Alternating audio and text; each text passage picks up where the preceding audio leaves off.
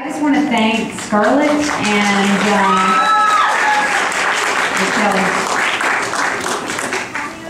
This is Kellie Overbey. She wrote the screenplay. We've been friends. First of all, I want to thank Scarlett and the entire film festival for being so welcoming. And you know, we've started to do a lot of festivals, and I have to say, Scarlett is doing an incredible job of making us feel welcome. So, and just very quickly, just to give you a little bit of something to think about when we're watching the film, Kelly and I met doing a play together. We're both actors, and we were acting in a play together in Connecticut, and we were playing sisters. And we sort of became sisters, and she showed me a script, and this was 8 years ago now. And I directed it on stage, and then she turned it into a screenplay, and we turned it into this film. So, you know, I like to say it's like 8 years in the making and 20 days to shoot it. So, and then you're hot off Soho. Like we just, last night we had our New York premiere. Last night we were in New York. Yes. And, but we had our world premiere at Sundance, but we're really happy to be here in San Francisco. So thanks for having us, and we will talk to you after too. So stick around.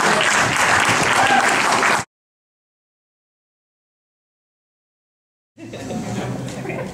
It was so fun to just feel the feedback from you guys. So thank you so much. It was fun. It was fun for me to see. It was a really fun. It was a good house. We laughed a lot. It was nice. Yeah, that's nice. That's nice.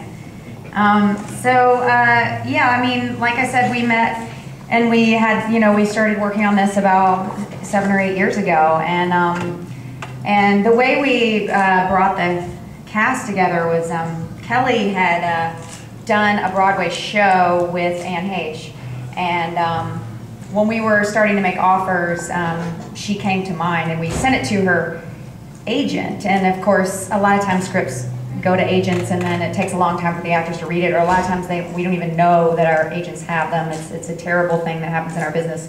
And so she hadn't read it in a while, and in the play with Kelly and Anne was Alec Baldwin. Okay, you take over. Okay, so who knows, Anne told me finally when she said she wanted to do it, that Alec called her and said, you have to do Kelly's script. I can't do an Alec Baldwin impression, but he said, you have to do this. So I have no idea if that actually really happened, but she wants to believe that that's what happened. Yeah, so yeah, he called her and said, he hadn't even read it, and he was like, you have to do Kelly's movie. And she read it on a plane. She was flying from LA to New York, and she read it on the plane, and the plane landed, and she called her agent and was like, I have to do this movie. Who's the director?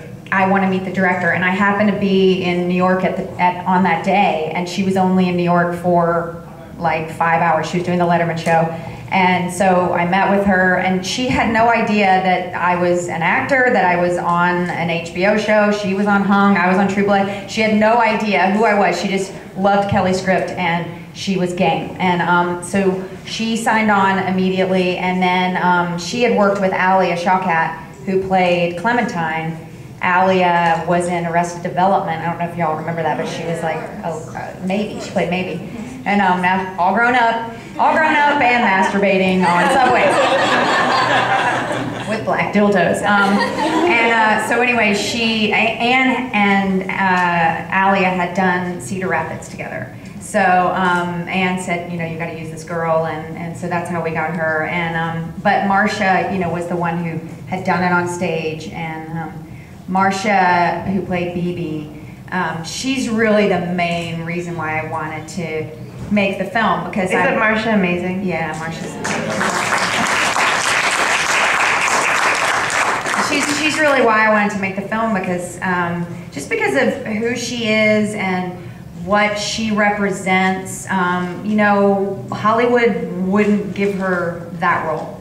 If Hollywood made this film, it wouldn't go to her, and that's what I really wanted to do, was give that woman and everything she represents a story, and have her play, a romantic lead, and not just, the secretary, or, whatever the character parts are that she plays, or that a lot of us play. And so, she was really like the drive the whole time when we were trying to make this thing happen. So.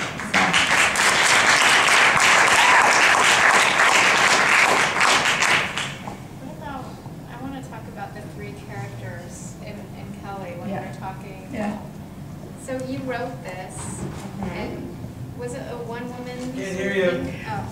So, when you wrote this, what was the inspiration behind it? And Carrie was telling me that these three characters are part of you, and just tell me a little bit about that. Curious. It's a good question and a kind of a hard question to answer at the same time. I mean, I would say they are all three parts of myself in a weird way. The original idea came as a conversation, a beginning of a conversation, and I wrote the first draft of the script, which was originally a play. I wrote it in a matter of 2 weeks. It just sort of came out of me. I don't know. I can't quite explain it. But I would write and write and write, and it just seemed to write itself. I don't know. They were very real in my head. So a lot of it is my imagination. I won't really tell you which parts are autobiographical. I'll let you guess. But there's a lot of imagination in there too. So I don't know. Did you catch that the men are called Tom, Dick, and Harry? Ah, yeah. Snuck that one in on you, didn't I? So I think I've met Tom and Dick. I don't know if I've met Harry from her family. Yeah, she knows who they are. I know who they are. I don't know if they know it. They don't know. They don't. Well, they might if they see the film. Does anyone have any questions? Was there ad-libbing? He's asking if there was ad-libbing. No, there was no ad-lib. It's all Kelly. It's all Kelly. And the actors were so great. And we did actually rehearse, which you don't really get to do when you do films or TV. You generally just show up, you rehearse on the day, and you shoot it. And because it was so dialogue heavy, I really wanted the actors to know the script inside and out before we even started shooting. I asked them, and they were able to do it to be off book and to memorize all their lines. And so by the time we got to rehearsal, they were ready. They were ready to start digging into these characters. And I was also able to rehearse in our actual locations, so that because I knew we only had 20 days to shoot it. So I wanted the actors and myself and director of photography to know exactly what we're going to do when we got in there on the day. So, you know, we rehearsed in the three set pieces, definitely. The 2 cafe scenes, the bar scene, and then even the cab scene, we actually used the actual car that we used in the film, and we just drove it around for a couple of hours and rehearsed the scene so that everybody, you know, was really comfortable with it by the time that we started shooting. Yeah, it was really, it was crucial to this, you know, tight shooting schedule. So. What did you shoot on? What was your budget, if you can disclose? We shot on Super 16 film. You know, it was interesting because I have a production company, and our first 2 features we shot digitally. And I've always wanted to shoot on film, but I was sort of scared of it, you know, because it seems like it's this huge, insurmountable format. Whereas digital, it seems like it's this easy thing to do. And you know what? It was actually easier to shoot on film. Because first of all, my director of photography, Bill Clare, he worked on Law and Order for 19 years. So they shot on film most of the time. They started doing digital towards the end of that series, but he shot on film, and so he was so comfortable with that. And Super 16 cameras are pretty small, and so you don't have to have a digital tech person making sure that all the technical stuff is working. You literally load the film, you put it on your shoulder, and you shoot. And so also, I was, you know, it was a low budget. I don't want to say exactly how much it was, but it was under $500,000.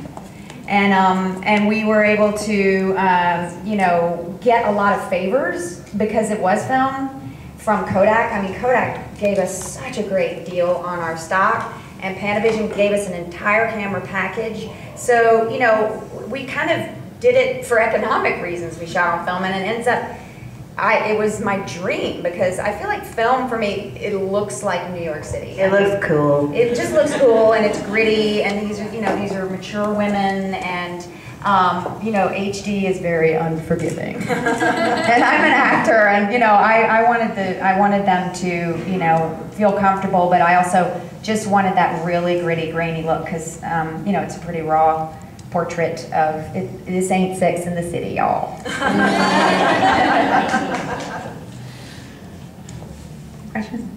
Yeah? Can you talk about the changes between the stage version and the film version? Sure. Yeah.